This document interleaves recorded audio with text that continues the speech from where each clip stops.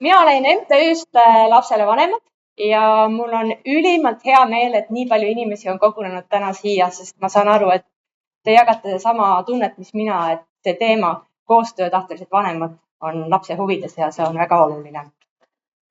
Meie MTÜ on siis tegutsenud aastast 2017. Me oleme heategevuslik organisatsioon ja meie eesmärk on siis kaitsta lapse õigust mõlemale vanemale ka pärast sellist olukorda, kui vanemad enam ei ela koos, et nad suudaksid endiselt teha lapse nimel koostööd. Ja miks me oleme sinna kokku kogunenud, eks igalühel on oma lugu. Ja minul on ka oma lugu. Tegelikult ausalt öeldes on mul isegi 2 lugu. Ja ma mõtlesin, ma täna täitsa jagan neid lugusid, sest need lood on täiesti erinevad. Minu esimene lugu on siis selline, et kui ma lahutasin oma abikaasast, laste isast kuskil 14 aastat tagasi, meil oli 3 väikest last. Ükski lahutus ei ole tore ega ilus. Alati tahaks ju kohe hakata kätte maksma ja mis see parim vahend on kätte maksmiseks? Loomulikult lapsed, mis ikka suudab rohkem mehele haiget teha, kui öelda talle, et sa ei näe oma lapsi enam kunagi. Õnneks sel hetkel sattusid meie kõrvale toredad lastekaitsetöötajad, mõistlikud terapeudid ja me suutsime lastele tekitada elukorralduse, et nad on pool aega minuga, pool aega mehega. Ja nii see ka jäi. Suutsime, natuke läks aega edasi, suutsime ka selliseks, et me kõik tähtpäevad tähistasime koos. Leidsime, et ka jõulude ajal ei ole mõtet lastele anda valikut, et kas te olete jõululaupäeval emaga või isaga, vaid istume kõik koos ühe laua taga. Mina siis mingiks hetkeks sain ka uue elukaaslase, mehel oli juba uus elukaaslane. Istume siis kõik koos, oleme kõik koos, kõik on sünnipäevad. Tänaseks on vanim laps ülikoolis, läks välismaale õppima, aga teised 2 endiselt valivad selle, et nad on pool aega emaga, pool aega isaga. Üks poiss saab siis kohe 18 ja tüdruk saab 16. Ja ma küsin aeg-ajalt, et kas te nagu ära ei väsi sellest. Ja siis nad ütlevad, et jah, aga ma tahan seda, et ma saan aega veeta. Ma saan tulla isaga rääkima, ma saan tulla emaga rääkima, ma ei taha seda, et mul kuidagi see suhe katkeks. Ja siis nii, see on nüüd üks lugu mul. Ja minu teine lugu. Mingi hetk hiljem sain siis oma uue abikaasaga tuttavaks. Nagu ikka, inimestel on pagas. Temal oli ka laps eelmisest suhtest. Ka seal oli vaja kätte maksta. Aga seal see kättemaks ei lõppenud. Meie suhe on varsti juba 10 aastat, kättemaks kestab igavesti. Laps on katki, lapsel on depressioon, lapsel on ärevushäired. Jah, laps siiski elab pool aega meiega, aga kõik keerulised olukorrad. Ehk siis minu meelest on hästi oluline, et lapse vanemad tahavad teha koostööd. Et sellega ma siis alustaks tänast konverentsi. Ja meie esimene esineja on pereterapeut Külli Natka.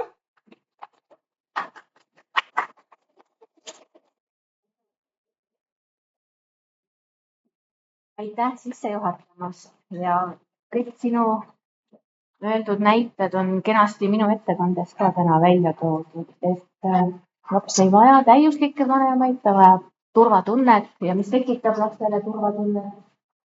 Loomulikult see, kas tema vanemad elavad koos või mitte, vaid see, kuidas nad omavahel läbi saavad ja kas nad teevad koostööd. Täna mina räägin sellest suhetest, nendest, mis loovad turvatunnet ja nendest, mis teda lõhuvad. Pereterapeut tegeleb peresuhetega ja ta on suhteterapeut ja pereterapeut tegeleb inimese suhtega tema sees ja suhetega, mis on pereliikmete vahel.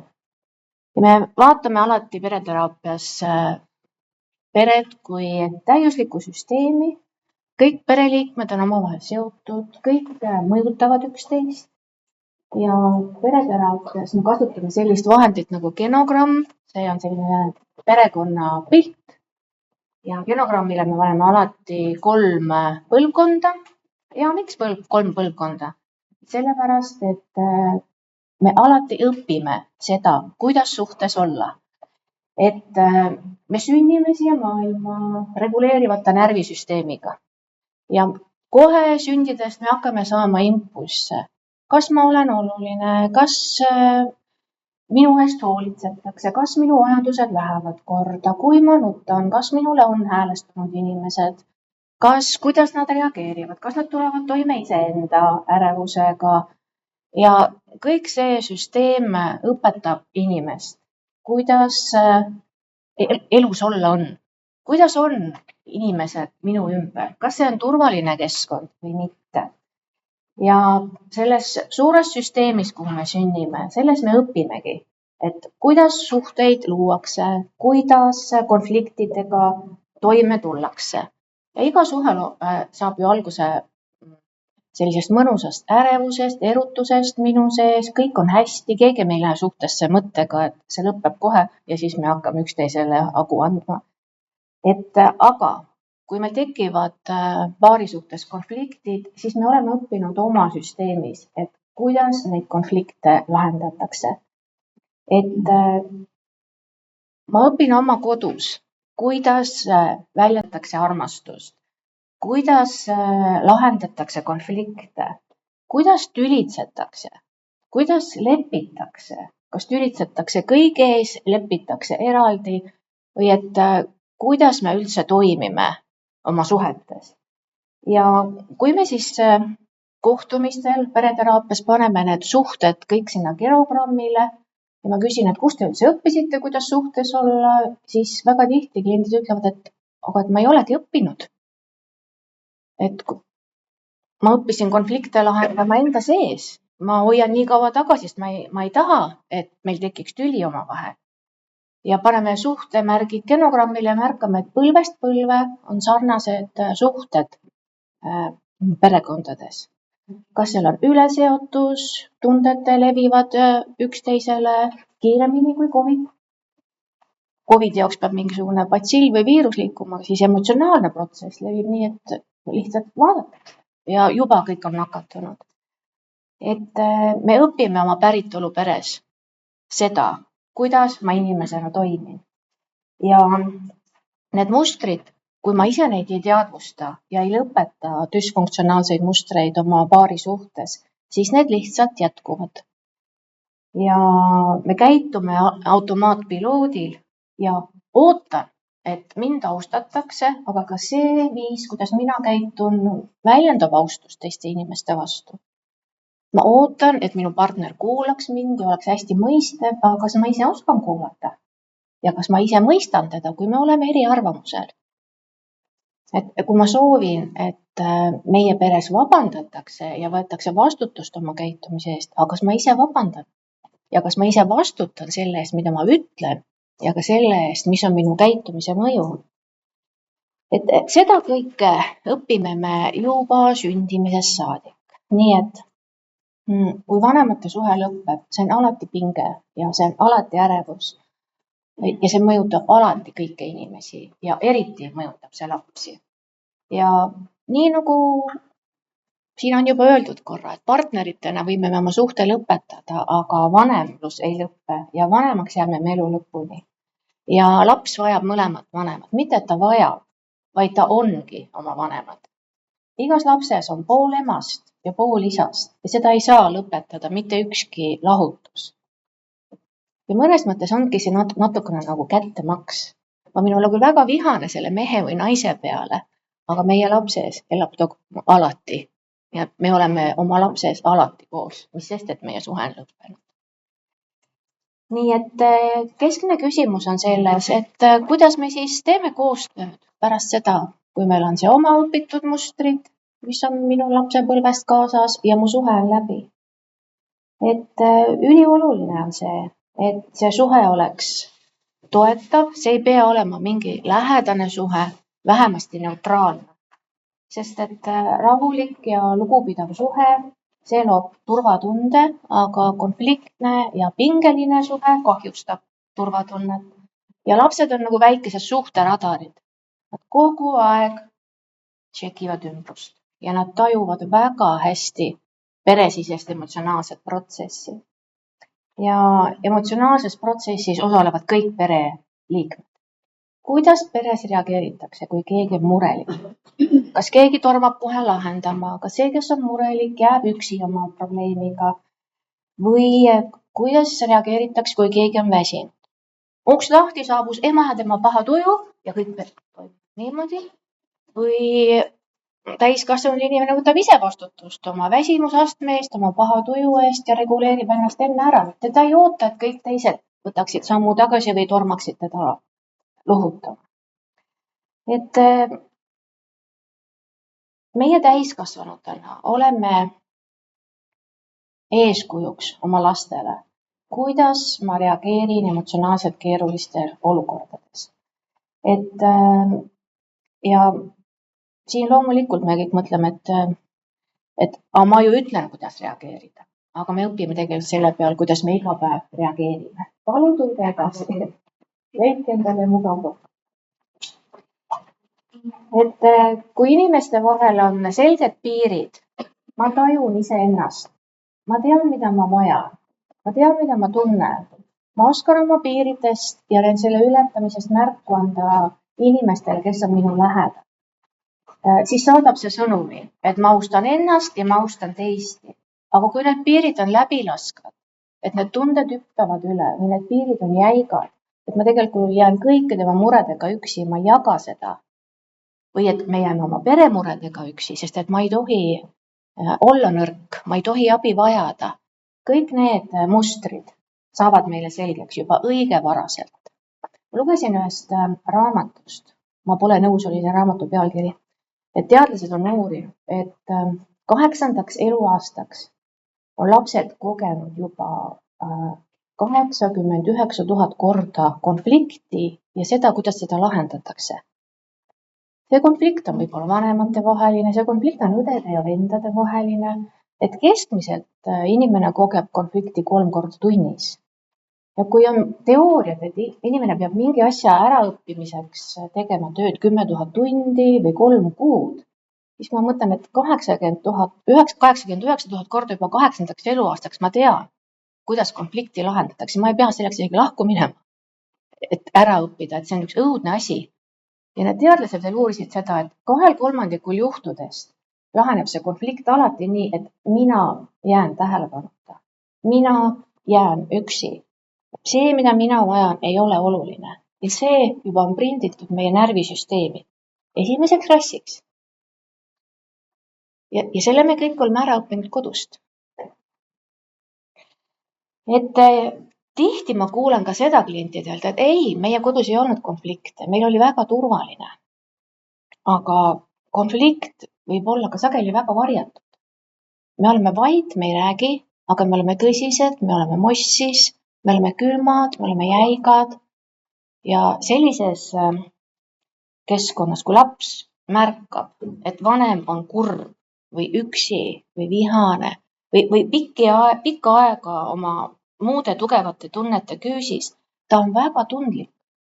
Ta muutub väga-väga tundlikuks ja ta hakkab süüdistama ennast, kas mina teen midagi valesti, miks mu vanem nii käitub. Kuid lapse ülesanne ei ole trackida kõike ümbruskonna. Lapse ülesanne on olla laps. Tema peab saama oma vanemale toetuda, mitte vastupidi. Laps ei pea olema oma vanemale karguks. Ja väga tihti me kohtame oma pereteraapia töös ja ma olen töötanud ka väga kaua aega koolis, 25 aastat õpetajana ja koolijuhina ka, et me kohtame väga tublisid lapsi, kes on sellised tublid täiskasvanud. Me nimetame neid pereteraapias vanemlikustatud lasteks. Et need on lapsed, kellel on liiga palju emotsionaalset vastutust. Nad käituvad nagu väikesed täiskasvanud ja ümberolijatele nendega väga lihtne. Et nad kiidavad, vaat kui tubli laps ja vaata, kuidas võtab vastutust, aga see on lapsele närvisüsteemi ülekoormus ja see ei ole lapse ülesanne. Et laps peab tundma iga päev, et ta on armastatud, ta on hoitud, ta on oluline, ta on piisav sellisena, nagu ta on.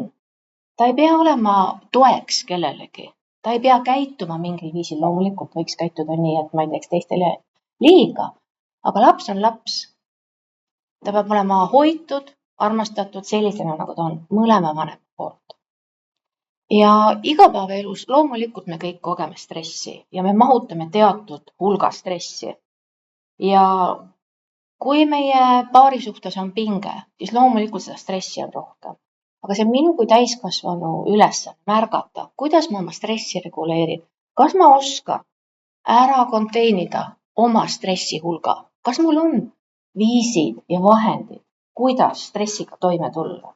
Ja ülioluline on olla teadlik sellest, mis toimub minu sees, kui palju mul stressi on, mida ma vajan, et seda stressi vähendada. Aga kui mu stressiämber on juba lapsest saadik täis, seal neid lahendamata probleeme päritolu pärast või kust mujal on juba nii palju, see on iga päev minuga kaasas, siis mul ei mahugi see igapäeva tavaline stress enam ära. See kõik ajab üle, seda kõike on liiga palju. Ma muutun ärevaks, ma muutun depressiivseks. Kas ma oskan abi küsida sellel hetkel? Kas ma üldse võin abi vajada? Kas ma olen oma päritolu peres õppinud, et abi küsimine on täiesti normaalne? Ma ei pea olema perfektne, ma ei pea kõigega hakkama saada. Kas mul on üldse päritolu peres sellised suhted, et ma saan nende abile loota iga kell? Aga et kui mu stressiämber ja süütenöör on väga lühike, siis on väga tavaline, et tekivad konfliktid. Ja millest need konfliktid tekivad? Piiride ületamisest. Ja tihti me ei anna teistele inimestele märku nende käitumise mõjust enne, kui pinge on juba väga suur. Ma tulen ühe korra vastu, ma teist korda ei ütle, sest et ma olen väga kena inimene, ma ei taha konflikte oma ellu.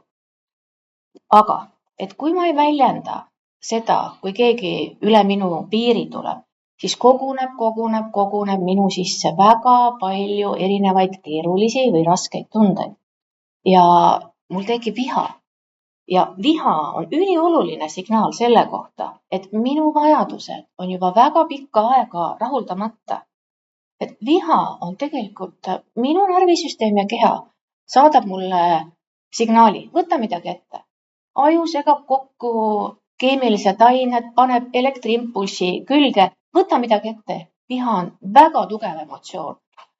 Aga kui ma ei ole õppinud enne juba märkama, enne seda, kui ma vihaseks saan, et mul on näiteks, ma olen kurnatud või ma olen solvunud mingis suhtes, ma tunnen valu või ma tunnen üksindust või ma tunnen tühjust, lasen sellel kuhjuda. Ja lõpuks ma olengi vihane, aga kui ma olen juba vihane, see kokteil on mulle kokku segatud, siis mul ei ole väga ratsionaalset mõtlemist. Et sellel hetkel ma hakkan ründama või kritiseerima, ma ei tea, või lähen kaitsesse või kaeban kohtusse, mis iganes. Või hoopis ma eemaldun, olen ohver, aga ma kunagi ei mõtle sellele, ma olen vihane. Mida ma vajan? Ma tegelikult vajan tuge, ma tegelikult vajan abi, ma vajan mõistmist, ma vajan kokkuleppeid. Nii et kui ma olen vihane, siis hästi tihti läheb fookus tegemisele, sest ju mu närvisüsteem segas mulle kokteili, võta midagi ette. Versus see, ma võtan 3 sammu tagasi ja mõtlen, mida ma vajan. Kui ma vajan tuge, aga ründan, huvitav, kuidas ma saan tuge. Kui ma vajan mõistmist, aga kritiseerin hoopis teist meist, ma ei räägi, et kuule, ma vajan, et sa kuulad mind. Või et ma vajan koostööd. Selle asemel hoopis käitun nii, nagu seal üleval. Ma ei saa kunagi seda, mida ma tegelikult vajan, kui ma ise ei hakka seda nähtavaks tegema ja kui ma ise ei hakka märkama, et kui ma olen vihane, siis ma tegelikult vajan midagi. Nii et ma ei saa muuta oma partnerit, kellega mul on keerulised suhted, aga ma saan muuta arusaamist iseendast ja ma saan muuta enda käitumist. Ja mul on alati valik. Et asi ei läheks nii vihase koha pealt, mul tuleb juba impulss, ma juba reageerin, vaid et ma saan aru, ma olen jäänud üksinda, ma pean abi küsima enne seda, kui mu aju segab mulle sellise keemiakokteili kokku, kus ma enam ei pidurda ennast. Ja turvaliselt käituval täiskasvanul, kellel on kontakt enda tunnetega ja enda vajadustega, ta oskab ennast reguleerida, tal on need oskused olemas. Ta mõistab enda vajadusi ja ta on toeks ka teisele inimesele. Kuule, ma saan aru, et sa praegu väga vihane, aga aita mul aru saada, mis sa päriselt vajad. Ja kõik need oskused on õpitavad, et kui ma olen oma elus sattunud sellisesse keerulisse olukorda, siis tasuks korraks peatuda ja küsida abi. Suhtlemisoskused, kõik on õpitavad. Kui ma ei ole oma päritolu pärast saanud neid kaasa, lähen koolitusele. konfliktilahendusoskused, kõik on õpetavad. Et ma soovitan kõigile suhtlemisoskuste treeningut. Eestis on ülihea programm Gordoni suhtlemistreening. 8 nädalat, iga kord 3 tundi keskendutakse ühele teemale. Minnakse väga sügavuti sellega, kuidas lahendada erinevaid olukordi. Mida teha, kui teisel inimesel on probleem? Mida mina saan teha, kui mul on probleem? Hästi tihti inimesed mõtlevad, ma ei oska ennast kehtestada, ma kehtestan ennast veel jõulisemalt. Mul ei ole võimalik mitte kellegagi ennast kehtestada, kellega mul ei ole suhet. Kui mul ei ole sinuga suhet, siis ükskõik, kuidas ma kehtestan, sa ei kuule mind ikkagi. Et iga kehtestamise aluseks on alati see, et ma olen loonud selle inimesega enne suhe. Ma olen temaga enne rääkinud, ma olen teda enne kuulanud. Siis iga inimene kuulab mind ka, kui mina oskan teda kuulata. Nii et me väldime sageli konflikte, aga tegelikult me väldime ka info andmist ja info saamist. Et konflikt ei ole ohtlik. Konflikt on väga tähtis info, aga et meie närvisüsteem reageerib väga jõulisest, sest minul võib-olla on minu kogemusest see, et konflikt on olukord, kus ma jään alati kaotajaks. Mäletate 8. eluaastaks? 2/3 juhtudest ma olen juba olnud kaotaja selles konflikti olukorras. See on juba sisse prinditud mu närvisüsteemi käitumismudelitesse. Nii et kui ma võtan selle hoiaku, konflikt on tähtis info.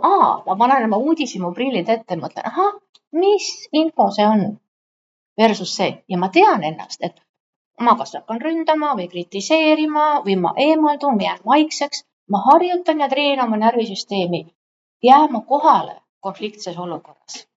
Olema rahulik ja ma reageerin, mu keha on väga närvis, ma kõik värisen üle, kelle süda taob niimoodi, aga hingan rahulikult, jään kohale ja mõtlen, see on tähtis info. Kas ma tahan seda infot saada või ma lähen minema? Et meil ei ole inimestena, me oleme konfliktides väga vilunud, me tülitseme pidevalt, aga me ei oska hästi konflikte lahendada. Ja me võiksime ära õppida selle viimase konflikti lahendusmeetodi, et konflikt on tähtis info ja tähtis info minu ja sinu vajaduste kohta. Me lahendame neid olukordi nii, et minu vajadused saaksid lahendatud ja sinu vajadused saaksid lahendatud. Mitte nii, et üks võidab või teine kaotab, sest kui vanemad on konfliktsed ja see konflikti lahendus on see, et üks võidab ja teine kaotab, siis alati kaotab ka laps. Ainus viis, kuidas peaks konflikte lahendama, on see, et mina võidan ja sina võidad, meie laps võidab ja meie fookus on kogu aeg sellel, mida mina vajan, mida sina vajad ja mis on lapse jaoks kõige parem. Et kõik te teate uuringutest, et konflikte kooselu on lastele kahjulikum kui lahutus. Ja laste heaolu ei määra ära see, et kellega ja kus ta igapäevaselt elab, vaid see, et milline on see emotsionaalse suhte kvaliteet. Kas see emotsionaalne protsess levib või meil on piirid. Ja kui laps kuuleb ühe partneri kohta negatiivseid hinnanguid, kahjustab see last, mitte seda partnerit. Laps satub lojaalsuskonflikti ja sellepärast, et nii nagu ma ütlesin, lapses on pool emast ja pool isast. Kui üks pool räägib teisest halvasti, siis see on lapse sees. Üks pool minust ei ole aktsepteeritud. Ja kui vanemate vahel on kõrge konfliktsus, siis on see lahutusjärgne kohanemine lastele väga-väga raske, nii nagu eelkõneleja juba rääkis. Et kuidas siis signaliseerida lapsele, kui mul on tõesti väga raske ja ma olen nii vihane selle oma endise partneri peale, siis ongi hea kraadida ennast ja öelda, ma olen praegu nii vihane. Ma olen nii vihane ja mul on praegu väga raske, aga tead, ma tegelen sellega ja sina ei pea selle pärast muretsema. Me mõlemad armastame sind ja meie suhe lõppes, aga vanemateks jääme me elu lõpuni. Ja me küsime abi ja me oleme täiskasvanud inimesed, me saame hakkama, sina ei pea meid toetama. Et kui me sellisel viisil neid lahkumineku konflikte ei lahenda, siis seda ma pereterapeudi toas ma näen väga tihti, et need lahendamata konfliktid kestavad põlvest põlve. Et ükskõik, kui raske mul paari suhtes ka on. Ma pean leidma endas selle lahke koha üles ja proovima teha koostööd. Et kui ma ei tee koostööd, siis ma tegelikult juhindun oma vihast ja valust ja ma ei tee otsuseid, mis on mulle head ja lapsele head. Kui ma räägin teisest vanemast halvasti, kui ma piiran suhtlust teise vanemaga ja kasutan konfliktis last teise vanema vastu, siis päris tihti näen ma pereterapeudina seda, et laps kuidagi mängitakse välja teise vanema vastu ja lapsele on see väga keeruline olukord. Ta on lojaalne mõlemale vanemale, aga teda sunnitakse valima, et üks on siin suhtes nagu hea ja teine halb. Ja laps tavaliselt võtab selle õrnema vanema poole, aga tema sees on lojaalsuskonflikt, sest talle on vajalikud mõlemad vanemad. Ja kui laps elab sellises lojaalsuskonfliktis, siis see võib tuua kaasa ärevuse, depressiivsuse, raskused koolis ja suhetes, enesehinnangu küsimused, ebapiisavustunde, usaldusprobleemid, riskikäitumise. Riskikäitumine on just see, et kui nad saavad teismehikka, nad on oluliselt altimad riskikäitumisele. Ja tegelikult on lapsel üks osa temast on kadunud. Nii et ükski lahkuminek ei ole tore. Aga mida mina saan vanemana teha? Ma saan endalt küsida, mis on mulle ja minu lapsele parim. Ja loomulikult on mulle parem koostööd teha. Kas ma olen ülekoormatud kogu aeg vanemaks olemisega või meil on koostöö?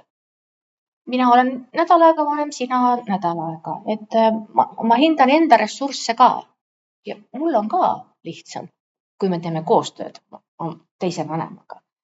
Nii et minu enda huvides on toetada suhet teise vanemaga ja tegeleda enda valuga teises kohas. Ma hoian meie paarisuhte konfliktid vanemlusest eemal ja ma suudan ise ennast reguleerida. Nii et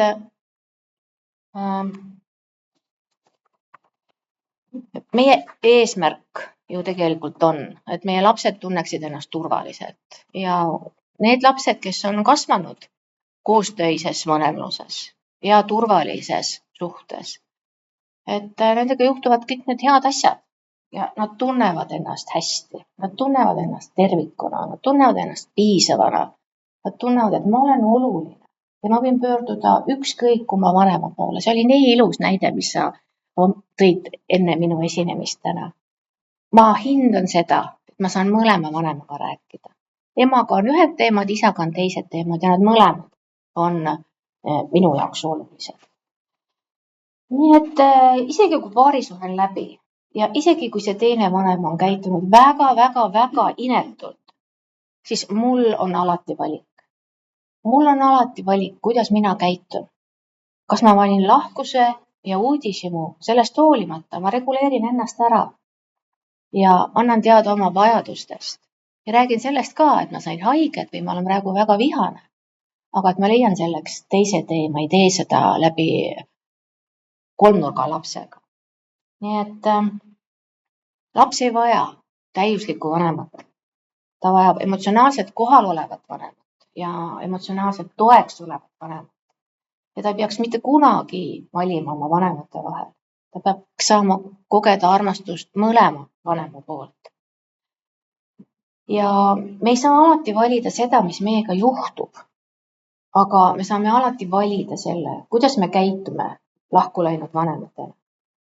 Ja iga kord, kui me valime konflikti asemel koostöö, valin ma tegelikult lapse heaolu.